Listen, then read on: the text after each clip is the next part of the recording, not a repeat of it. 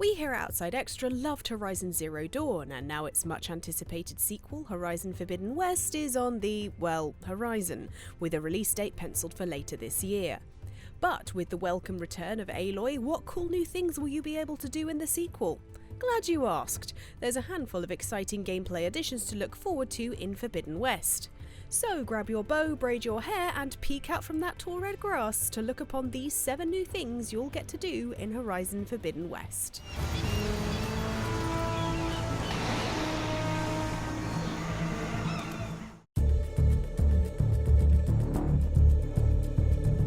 Although Aloy was partial to a spot of swimming in Horizon Zero Dawn, she preferred to keep her head mostly above water, only ducking her head under the surface to get out of sight. Would you want to be rooting around in water that murky? Thought not.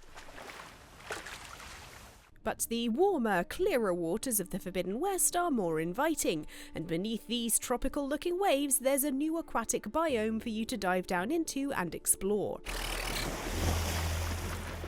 And if you're waiting to find out how long you can stay submerged, then don't hold your breath, literally, as Aloy has a new gadget to help her swim underwater indefinitely. Yes, with Aloy's new diving mask, you can take your time down here under the sea like the red-haired little mermaid you are. Yes, it truly is better down where it's wetter. Take it from me. Okay, I'll stop now. This underwater freedom opens up whole new environments for you to explore. You can dive around interesting ruins, which we're sure will have some cool things hidden in them for you to find. Or you can use that additional swim time to take the long way around and avoid the gaze of machines above or below the surface. Oh, don't mind me. Whew, close one. But if you do want to zoom a bit faster through the water or gain enough power to muscle through pesky strong currents, you can use these launch points to boost your way through. Whee! Now you can get back to devoting full time to floating under the sea. Ah, crap, I did promise, didn't I?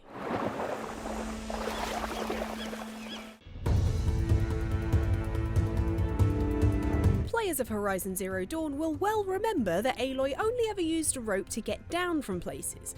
Not that that wasn't fun in its own way.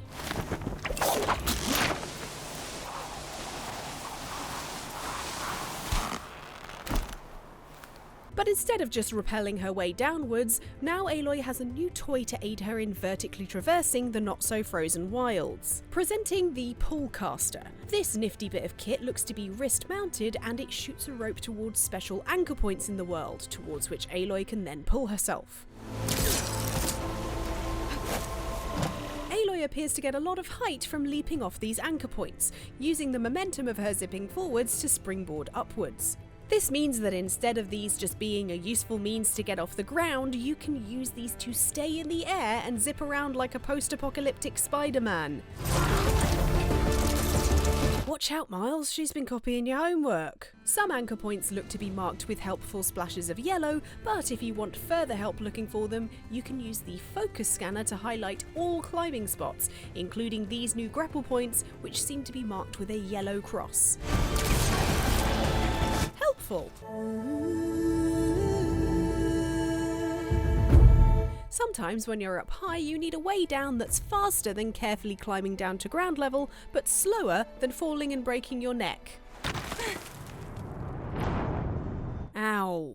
In great news, and another definitive blow against my old nemesis gravity, Aloy has also been given some fancy new equipment to help her reach the ground in good time, and not just at those designated rappelling spots like in the last game. Instead, things are a little more Breath of the Wild here, with Aloy whipping out her new glider known as the SHIELDWING, which allows her to glide down to safety, or at least to ground level, which may or may not be safe.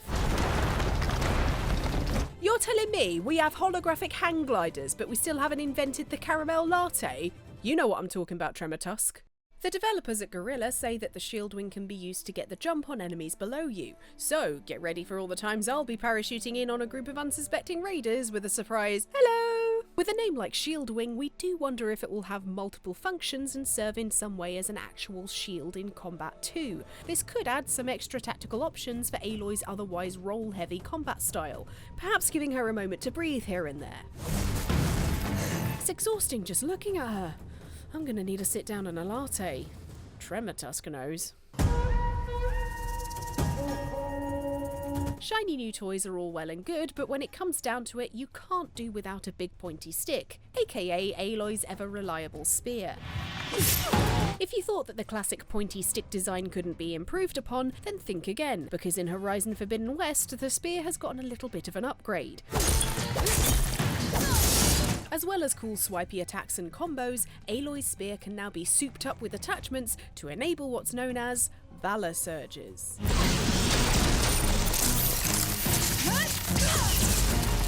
These VALOR surges are special abilities that come with cool cinematic attacks, which can be deployed when you've filled an energy bar by fighting tactically, for example with headshots or targeting specific components. The VALOR surge shown here blasts enemies away from you, but there will be plenty more, and the devs told Game Informer, quote, "The player can choose which VALOR surge is active at any moment." Devs also mentioned Aloy's spear can now be charged for a high damage effect, which is nice because we'll take all the help we can get against this rebel faction of the Tenarth tribe. Of course, Aloy's bow is still an essential bit of kit with new special arrows to add to Aloy's quiver. And Aloy has other new weaponry too, including a new variation of slingshot that catapults adhesive grenades, similar to the ropecaster of Game 1 but slightly more chaotic. Talk about a sticky situation. And these javelin-like spikes also look like a useful way to take down Aloy's enemies. Speaking of Aloy's enemies...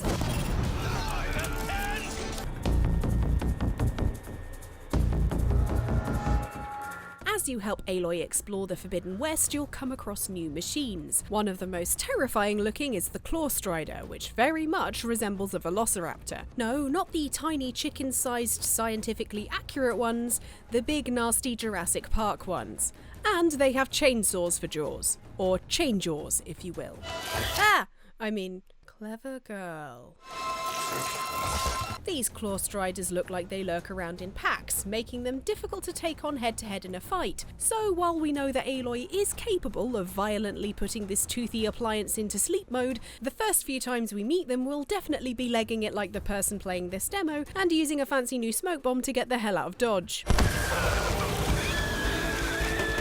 But one huge machine that will require everything Aloy's got to break it down into scrap is this massive f***off metal mammoth. Also known as a Tremortusk, probably because thinking about that tusk being anywhere near us makes us tremble like a nervous wreck. Fortunately, Aloy's got enough tools on her to aggressively decommission this monstrous machine, and to add insult to injury, she can pick up any weapons that fall off it and use them against it. Stop hitting yourself, stop hitting yourself. No doubt this is a fearsome beast, but we do question the techno-evolutionary wisdom of developing a big flammable belly on your mechanical undercarriage.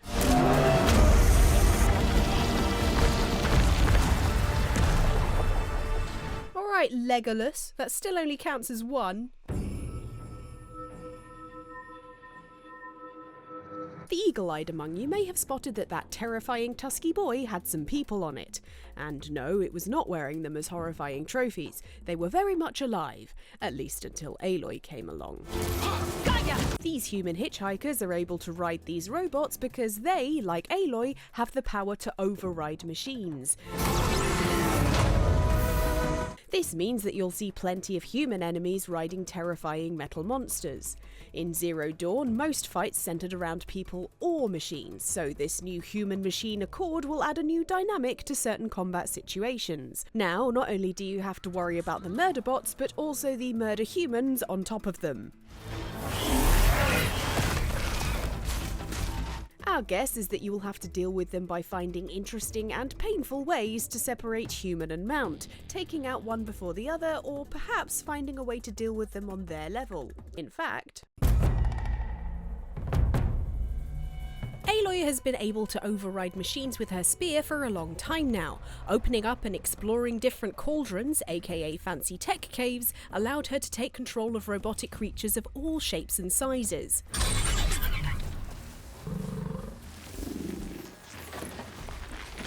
However, she was limited in what she could do with each of those creatures, with only certain herbivore-inspired machines being used as mounts. If it wasn't a strider, a broadhead, or a charger, you couldn't turn it into your own adorable robo-pony. Almost there now.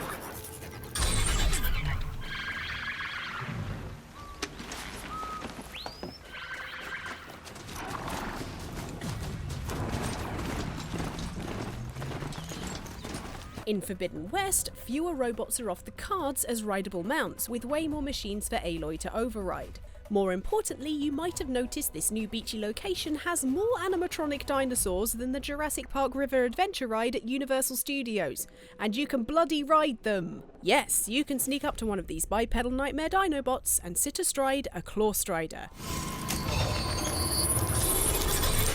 That should do it. Now who's the clever girl? It's me. With the option to ride more robots, we're hoping that maybe some others can be retroactively made rideable too. Please let us ride a Stormbird. Please let us ride a Stormbird. Once again, these bionic beasts can carry you into battle, allowing for fully mounted combat. This gives you some nice speed around enemies, but be warned, they can still be killed. Clarice the Claw Strider! We'll remember you always. At least until I get my Stormbird.